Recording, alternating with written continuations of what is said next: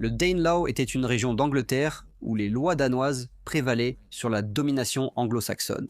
Il est né de la conquête et de l'occupation de vastes territoires de l'est et du nord de l'Angleterre par les Vikings danois à la fin du IXe siècle. Cette vidéo retracera l'histoire complète du Danelaw, ses origines, son ascension et finalement son déclin et sa disparition. Selon la chronique anglo-saxonne, à l'année 787, il est consigné. 3 navires nordiques venus du Hordaland arrivèrent. Le prévôt alla les accueillir pour les escorter jusqu'à la ville royale, car il ne savait pas qui ils étaient. Et là, ils le tuèrent. Ce furent les premiers navires de Nordiques à chercher la terre de la nation anglaise.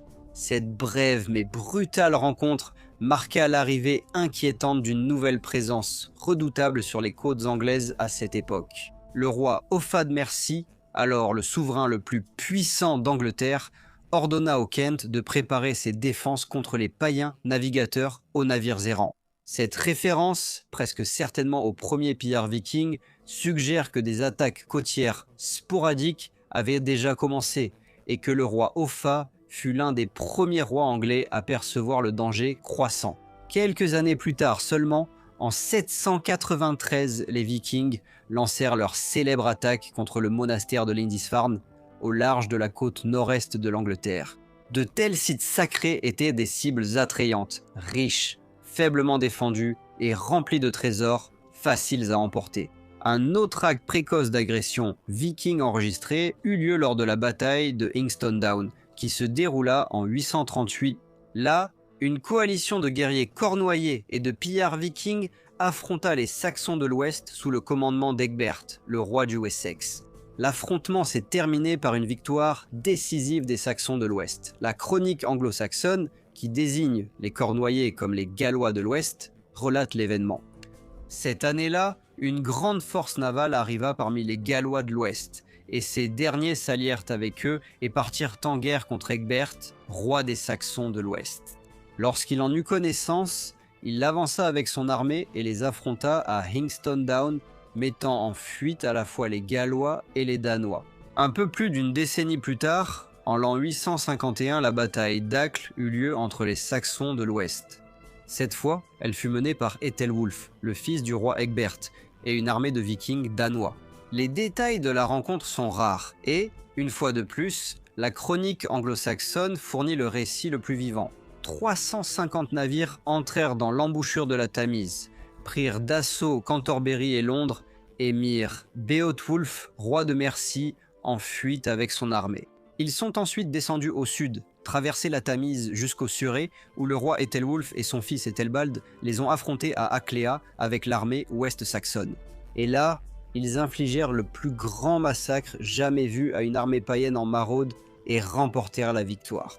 Pendant les 2 siècles suivants, les Vikings norvégiens et danois allaient harceler les côtes de l'Angleterre, de l'Écosse, de l'Irlande et celles de la Francie dans leur quête incessante de pillage, de richesse et de gloire. Les chefs de ces bandes de guerre se taillèrent de nouveaux royaumes, s'établissant comme rois et comtes dans les terres qu'ils avaient conquises. À cette époque, la férocité, l'ambition et la volonté pouvaient élever un homme de l'ombre à la couronne, voire à un royaume. L'Angleterre, en l'an 865, n'était pas un royaume uni, mais un patchwork de royaumes rivaux. Les plus puissants d'entre eux étaient le Wessex, l'Est-Anglie, la Northumbrie et la Mercie, chacun dirigé par son propre roi, chaque roi guidé par ses propres ambitions. Cette fragmentation politique rendait le pays particulièrement vulnérable, permettant aux bandes de guerre vikings de frapper, piller et se replier avec un succès alarmant. Avec le temps, la vision des Vikings sur les îles britanniques changea. Ils ne le voyaient plus simplement comme un lieu de raid éphémère, mais plutôt comme un territoire propice à l'installation et à la conquête. Ainsi, des armées plus grandes et plus déterminées commencèrent à arriver sur les côtes de l'Angleterre dans l'intention de s'emparer de terres et d'établir de nouveaux foyers, selon plusieurs sagas scandinaves et islandaises. Le célèbre roi viking Ragnar Lodbrok, connu pour ses raids audacieux et ses victoires au combat, fut mis à mort par le roi Aelle de Northumbrie. Les nombreux fils de Ragnar chacun à la tête de sa propre bande de guerre, jurèrent de venger la mort de leur père. La chronique anglo-saxonne fait référence à cette armée de vengeurs sous le nom de la Grande Armée païenne, la plus grande force viking de l'époque à avoir jamais posé le pied sur le sol anglais. Elle était dirigée par Ivar le Désossé, Halfdan Ragnarsson, Hubert Ragnarsson, Björn Côte de Fer et Sigurd Œil de Serpent. La chronique rapporte qu'en l'an 865, la grande armée païenne fit la paix avec les hommes du Kent, qui leur promirent de l'argent en échange de la paix. Et pendant la paix, l'armée s'est éclipsée pendant la nuit et a ravagé tout le Kent vers l'est. En l'an 866, ajoute-t-elle, la grande armée païenne s'installa pour l'hiver chez les Angles de l'Est, qui leur donnèrent des chevaux, et les Angles de l'Est firent la paix avec eux.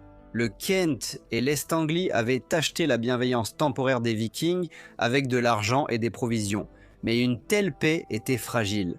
En l'an 867, l'armée marcha vers le nord depuis l'Est-Anglie jusqu'en Northumbrie.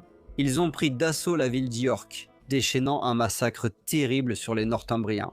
Le roi Ella fut tué, selon certaines sagas, par le terrible aigle de sang, une exécution rituelle réservée aux ennemis les plus détestés, vengeant ainsi la mort de leur père. Björn Côte de Fer et Sigurd Serpent dans l'œil retournèrent dans leur propre royaume, tandis qu'Ivar le Désossé, Ubé et Halfdan restèrent en Angleterre, déterminés à se tailler des royaumes à eux et à gagner renommée, richesse et domination.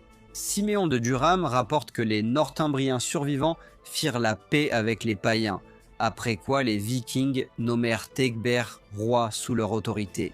Les historiens estiment qu'Egbert agissait surtout comme collecteur d'impôts pour la grande armée païenne et faisait partie d'une des nombreuses factions royales rivales de Northumbrie. Avec la Northumbrie soumise, gouvernée par un roi fantoche et fournissant un tribut aux Vikings pour leur campagne future, les premières bases du Danelaw furent posées. La Northumbrie était effectivement devenue un royaume vassal de la grande armée païenne, une étape précoce cruciale dans la création d'une Angleterre gouvernée par les Vikings. La chronique anglo-saxonne rapporte qu'en l'an 868, la grande armée païenne avança en Mercie et s'installa pour l'hiver à Nottingham. Le roi Bucred de Mercie, avec son huitaine, fit appel au roi Ethelred du Wessex et à son frère Alfred pour obtenir de l'aide. Les forces combinées du Wessex et de la Mercie assiégèrent les Vikings dans leur place forte fortifiée, mais aucune grande bataille ne fut livrée. À la place, Ivar le Désossé négocia des conditions selon lesquelles les Danois conserveraient Nottingham en échange de leur retrait pacifique du reste de la Mercie. En l'an 870, la grande armée païenne marcha de la Mercie vers l'Est-Anglie, où ils tuèrent le roi Edmond lors d'une bataille. Le royaume tomba rapidement, devenant un autre territoire sous le contrôle des Vikings. 2 des 4 grands royaumes anglo-saxons avaient maintenant été conquis. Une étape importante de plus dans la formation du Danelaw, car l'Est-Anglie passa sous domination directe scandinave après la mort de son roi. Ivar tourna alors son attention vers le nord et divisa l'armée, laissant le commandement des forces restantes à son frère Halfdan. Ainsi, les seuls fils de Ragnar encore en campagne en Angleterre étaient Halfdan et Hubert.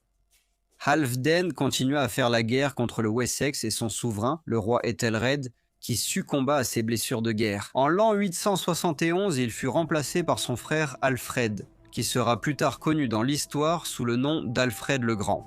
Un noble du nom de Guthrum rejoignit la grande armée païenne la même année, devenant l'un de ses principaux chefs. En l'an 874, l'armée viking descendit de nouveau sur la Mercie, poussant le roi Bucred à l'exil. Le royaume fut soumis, et les Vikings nommèrent un dirigeant fantoche, Ceolwulf, exigeant de lui des serments de loyauté. 3 des grands royaumes anglo-saxons étaient désormais tombés sous l'influence viking, ne laissant que le Wessex comme dernier royaume non conquis.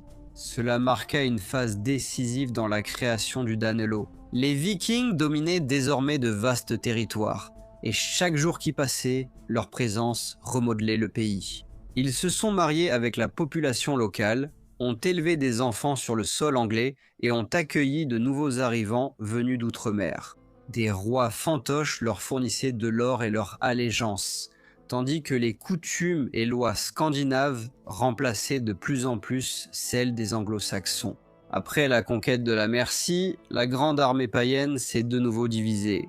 Un contingent, sous la direction de Guthrum, marcha vers le sud pour poursuivre la lutte acharnée contre le Wessex, tandis que l'autre, mené par Halfdan, se dirigea vers le nord pour faire la guerre aux Pictes et aux Bretons de Strathclyde. En l'an 877, en 1976, Halfdan se couronna roi de Northumbrie, devenant ainsi le premier souverain viking d'un royaume anglo-saxon. Son règne, cependant, fut bref. Il mourut en 877 à Dublin, en tentant d'y reprendre son autorité. Avec sa mort, le seul Ragnarsson encore actif sur le sol anglais était Ubar. La chronique anglo-saxonne rapporte qu'en 878, le frère d'Ivar et de Halfdan arriva avec 23 navires dans le Devonshire, au Wessex, et il y fut tué, ainsi que 840 hommes de son armée, et l'étendard de guerre, qu'ils appelèrent le Corbeau, y fut pris. Ainsi, Ubba tomba, et avec sa mort, tous les Ragnarsons en Angleterre disparurent. Le commandement de ce qui restait de la grande armée païenne passa alors entièrement à Guthrum. Contraint de se cacher pendant un certain temps, Alfred finit par réapparaître pour rallier ses forces et riposter contre Guthrum. Lors de la bataille d'Eddington, il remporta une victoire décisive, forçant les Danois à se replier sur Chippenham. Là, Alfred assiégea leur forteresse, jusqu'à ce que la faim et le désespoir les obligent à se rendre, dans le cadre des conditions de paix. Alfred exigea que Guthrum accepte le baptême. Le roi lui-même fut le parrain de Guthrum. Peu de temps après Eddington, un traité officiel fut conclu, établissant les frontières et les obligations durables entre leurs royaumes. Cet accord, connu sous le nom de traité d'Alfred et de Guthrum, est largement considéré comme le fondement sur lequel le Danelaw allait plus tard se former, le reconnaissant comme un domaine juridique et politique distinct. Les terres au nord et à l'est devinrent connues sous le nom de Danelaw, tombant sous le contrôle des Vikings et gouvernées selon les lois scandinaves. Tandis que les territoires au sud et à l'ouest restaient fermement sous domination anglo-saxonne, Guthrum retourna en Est-Anglie pour y régner en tant que roi. Bien que les Red Vikings aient persisté dans les années 880, Guthrum lui-même ne représentait plus une menace. Il régna pendant plus d'une décennie en tant que monarque chrétien pour ses sujets saxons et simultanément en tant que chef nordique pour ses partisans vikings. Des pièces furent même frappées portant son nom de baptême, Ethelstan. Après les campagnes de la grande armée païenne, les forces de Guthrum se sont divisées et installées dans l'est de la Mercie, cherchant désormais à occuper et à cultiver la terre de façon permanente plutôt qu'à se contenter de simples raids.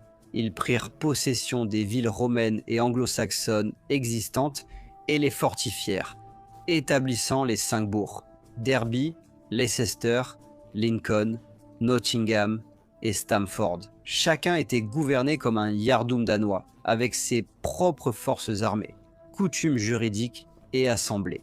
La loi scandinave prévalait dans ces régions, donnant naissance au terme Danelaw. Ces centres fortifiés permettaient aux Danois de dominer la campagne fertile, d'organiser leur défense et de construire de vastes réseaux commerciaux.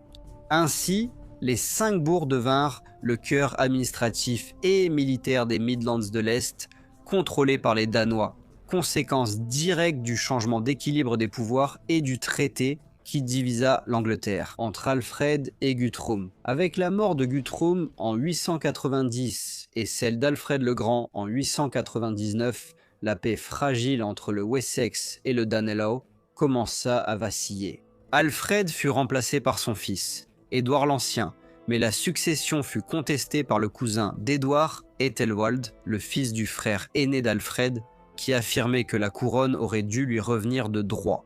Æthelwald persuada les Danois d'Est-Anglie d'envahir la Mercie et le nord du Wessex, rompant ainsi la paix de longue date. Les rivaux se sont affrontés lors de la bataille de Holm, où les Danois ont tenu le terrain mais ont subi de lourdes pertes, y compris Æthelwald lui-même. Sa mort mit fin à la contestation du trône d'Édouard et pendant plusieurs années, peu de conflits furent enregistrés. Pourtant, en 906, Édouard fut contraint de faire la paix par nécessité avec les Danois d'Est Anglie et de Northumbrie, ce qui suggère une pression renouvelée. En 909, Édouard lança un raid réussi en Northumbrie, s'emparant des reliques de Saint Oswald et forçant les Danois à accepter la paix. L'année suivante, les Danois de Northumbrie tentèrent une riposte sous la direction de leurs 3 rois, mais furent écrasés à la bataille de Tettenhall, où tous les rois du Danelaw de Northumbrie furent tués. Après cette défaite, ils ne s'aventurèrent plus au sud de la Humber, permettant à Édouard et à ses alliés merciens de se concentrer sur la reconquête du Danelaw méridional, y compris l'Est Anglie et les 5 bourgs. Lorsqu'Ethelred, seigneur des Merciens, mourut en 911, Édouard prit le contrôle direct de certaines parties de la Mercie, tandis que la veuve d'Ethelred, Ethelfled, également sœur d'Édouard, continua de gouverner le reste en tant que dame des Merciens.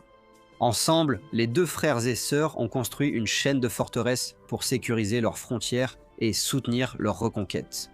L'année 917 s'est révélée décisive. Ethelfled a capturé Derby, et plus tard, Leicester s'est soumis à elle sans combat. L'unité danoise s'est effondrée, et les Anglais ont pris d'assaut Tepsford, tuant le dernier roi danois d'Est Anglie. Plus tard, cette même année, Ethelfled a lancé une offensive audacieuse, choisissant la forteresse de Derby comme cible. À cette époque, le dirigeant local s'était probablement allié aux armées de Northampton et de Leicester lors d'une série de raids contre la Mercie. Voyant son opportunité, Ethelfled a frappé la bourgade affaiblie et a capturé la ville en juillet de l'année 917. Avec sa chute, toute la région environnante a été absorbée par les Anglais. Mercie Derby est devenue la première des 5 bourgades du Danelaw à tomber aux mains des forces d'Ethelfled, dans ce qui allait devenir connu sous le nom de Libération du Danelaw. La chronique anglo-saxonne rapporte qu'en l'an 917, Ethelfled, dame des Merciens, avec l'aide de Dieu, prit possession de la bourgade appelée Derby. Pourtant, à l'intérieur de ses portes, 4 de ces thènes qui lui étaient chères sont tombées. En l'an 918, les Danois d'York offrirent même leur allégeance à Ethelfled, cherchant protection contre les Vikings norvégiens arrivant d'Irlande. Mais elle est morte avant d'avoir pu agir en conséquence. Édouard reçut alors la soumission de tous les peuples de Mercie, aussi bien anglais que danois. Au début des années 920, il régnait sur toutes les terres au sud du Humber, la Mercie et l'Est Anglie. D'anciens territoires clés du Danelaw étaient désormais sous sa domination. Seules certaines parties de la Northumbrie, dont York, désormais appelé Jorvik, restaient aux mains des Vikings. Bien que les coutumes et la culture scandinave aient perduré dans ces régions, le suzerain ultime du Danelaw était désormais le roi anglo-saxon Édouard l'Ancien, selon la chronique anglo-saxonne. Il y eut une soumission générale des souverains de Bretagne à Édouard en l'an 924. Le roi des Scots et toute la nation des Scots, ainsi que Réginald, le fils d'Edwulf, et tous ceux qui habitent en Northumbrie, ainsi que les Anglais, les Danois, les Normands et d'autres encore. De même que le roi de Strathclyde, les Bretons, le roi Édouard l'Ancien mourut également en l'an 924 et fut remplacé par son fils, Æthelstan. Édouard l'Ancien et sa sœur, Ethelfled, avaient placé les territoires danois de l'est de la Mercie et de l'Est Anglie sous domination anglaise.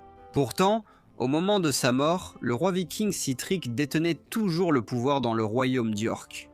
Sihtric était le petit-fils d'Aimar, que de nombreux historiens identifient au légendaire Ivar le Désossé. En janvier de l'année 926, Æthelstan chercha à assurer la paix en organisant le mariage de sa seule fausse sœur avec Sihtric. Les 2 rois jurèrent qu'aucun d'eux n'envahirait les terres de l'autre ni n'apporterait d'aide aux ennemis de l'autre. Mais l'année suivante, Sihtric mourut, et Æthelstan saisit l'occasion pour avancer vers le nord. Le cousin de Sihtric, Guthric, arriva de Dublin avec une flotte pour revendiquer le trône. Mais Æthelstan le vainquit facilement, captura York et reçut la soumission de ses habitants danois. Comme l'a rapporté un chroniqueur du Sud, Æthelstan succéda au royaume des Northumbriens. Aucun roi du Sud n'avait jamais directement gouverné le Nord auparavant, et la prise de pouvoir d'Æthelstan provoqua la colère des Northumbriens farouchement indépendants, qui avaient longtemps résisté à l'influence du Sud. Pourtant, le 12 juillet de l'an 927, les principaux dirigeants du nord de la Grande-Bretagne, le roi Constantin II d'Alba, le roi gallois Awildar Ildred de Bamborghg, le roi Owen de Strathclyde, acceptèrent la suzeraineté d'Æthelstan. Cette rencontre inaugura 7 années de paix dans la région, avec Jorvik désormais fermement sous contrôle anglo-saxon et la Northumbrie reconnaissant la suprématie d'Æthelstan. Il fut le premier roi anglais à imposer son autorité sur tout le nord de la Grande-Bretagne. En effet, il s'imposa comme le suzerain de toute la Grande-Bretagne, avec des rois subordonnés lui versant un tribut. Dans le nord, il demeurait un étranger peu accepté. Les Northumbriens préféraient souvent prêter allégeance aux païens norvégiens de Dublin, leur société et leur culture ayant été profondément transformées par des générations de domination viking. En l'an 934, Olaf Guthrinson succéda à son père, Guthriff, comme roi norvégien de Dublin. L'alliance entre les Norvégiens de Dublin et les Écossais fut scellée par le mariage d'Olaf avec la fille du roi Constantin II. En août de l'an 937, Olaf avait vaincu ses rivaux et assuré le contrôle sur les royaumes vikings de Dublin. Il tourna alors rapidement son attention vers la reconquête, seul, de l'ancien royaume norvégien d'York. Ni Olaf ni Constantine ne possédèrent la force de défier Æthelstan, mais unis, ils voyaient une chance de briser la domination du Wessex. À l'automne de cette année-là, Olaf et Constantin s'allièrent aux Bretons de Strathclyde sous le règne du roi Owain et marchèrent sur l'Angleterre. Pendant que les armées alliées ravagèrent les terres du nord de l'Angleterre, Æthelstan rassembla soigneusement une formidable armée de Saxons de l'ouest et de Merciens. Les armées finirent par s'affronter lors de la bataille de Brunanburh, où Æthelstan remporta une victoire retentissante et décisive. Les annales d'Ulster relatent la bataille. Une grande bataille, lamentable et horrible, fut férocement livrée entre les Saxons et les hommes du Nord, au cours de laquelle d'innombrables milliers d'hommes du Nord tombèrent. Le roi Olaf s'est enfui avec quelques compagnons. Beaucoup de Saxons périrent également, mais Æthelstan, roi des Saxons, remporta une grande victoire. Le triomphe d'Æthelstan à Brunanburh a préservé l'unité de l'Angleterre à un moment où elle risquait de se fracturer de façon irréparable.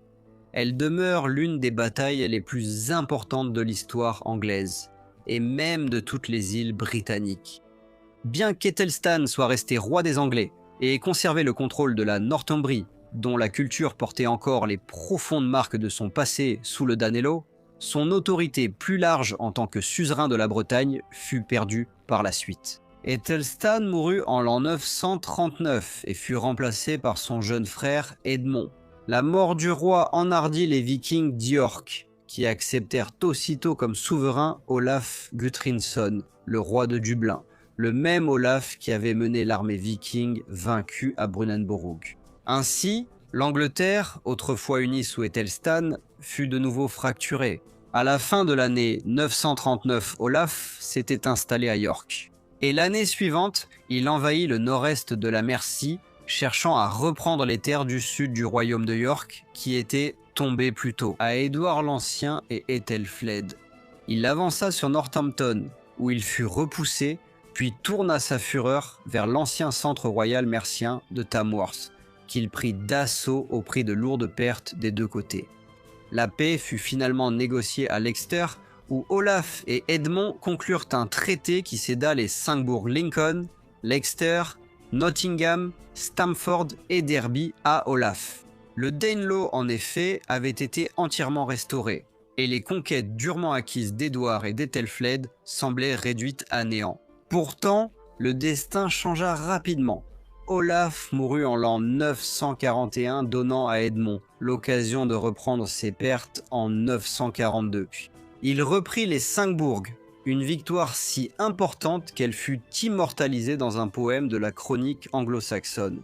Ici, le roi Edmond, seigneur des Anglais, gardien des siens, instigateur d'actes bien-aimés, conquit la Mercie, délimitée par la porte. Whitewell Gap et la rivière Humber, le large courant de l'océan, les 5 bourgs, Leicester et Lincoln, ainsi que Nottingham, Stamford aussi, et Derby auparavant. Les Danois étaient tous les hommes du Nord, soumis par la force et les païens, captifs enchaînés pendant longtemps, jusqu'à ce qu'ils soient rachetés à nouveau pour l'honneur du fils d'Édouard, protecteur des guerriers. Roy Edmund Olaf fut remplacé comme roi d'York par son cousin Anlaf Sitrickson, qui fut baptisé en l'an 943 avec le roi Edmond comme parrain.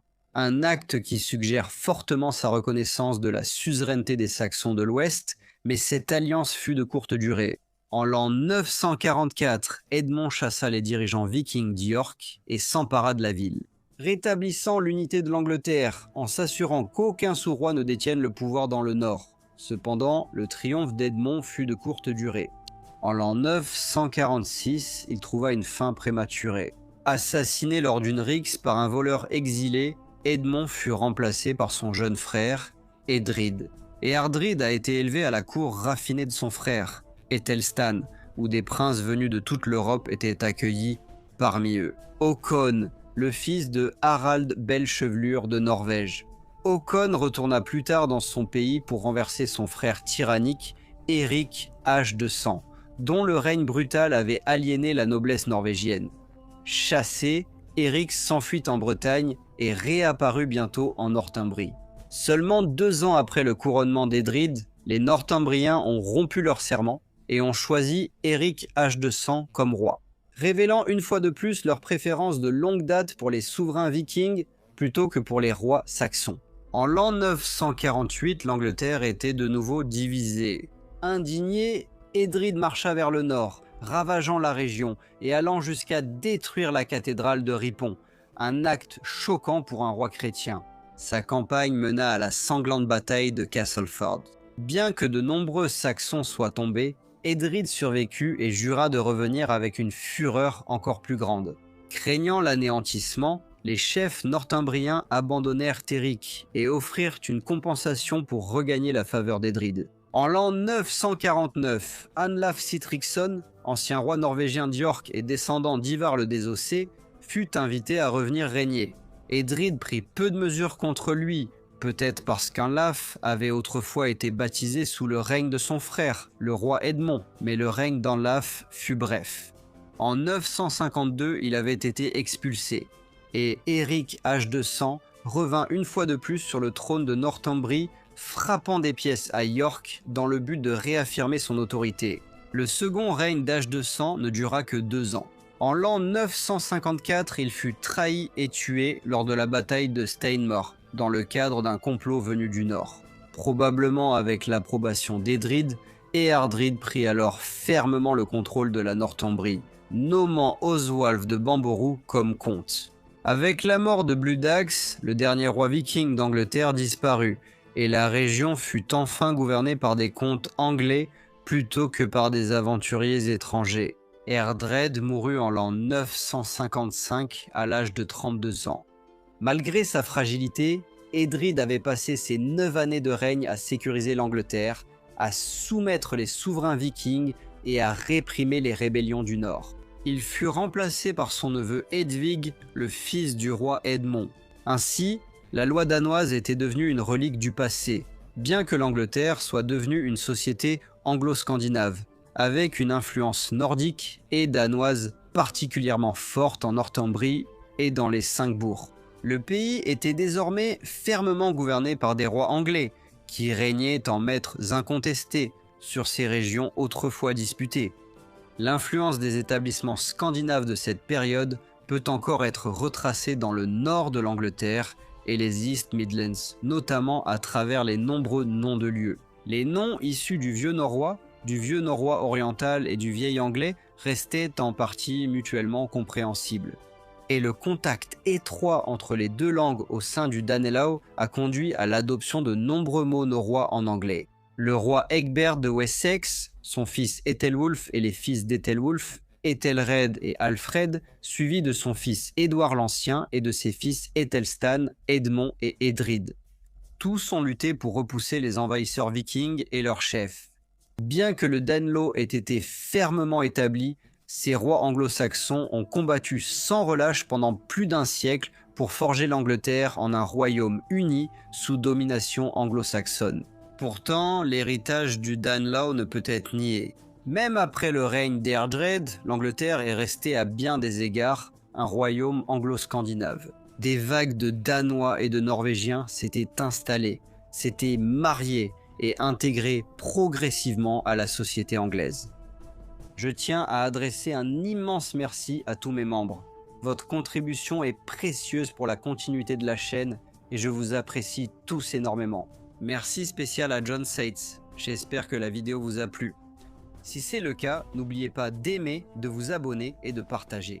Et je vous retrouve la semaine prochaine pour un nouveau portrait historique.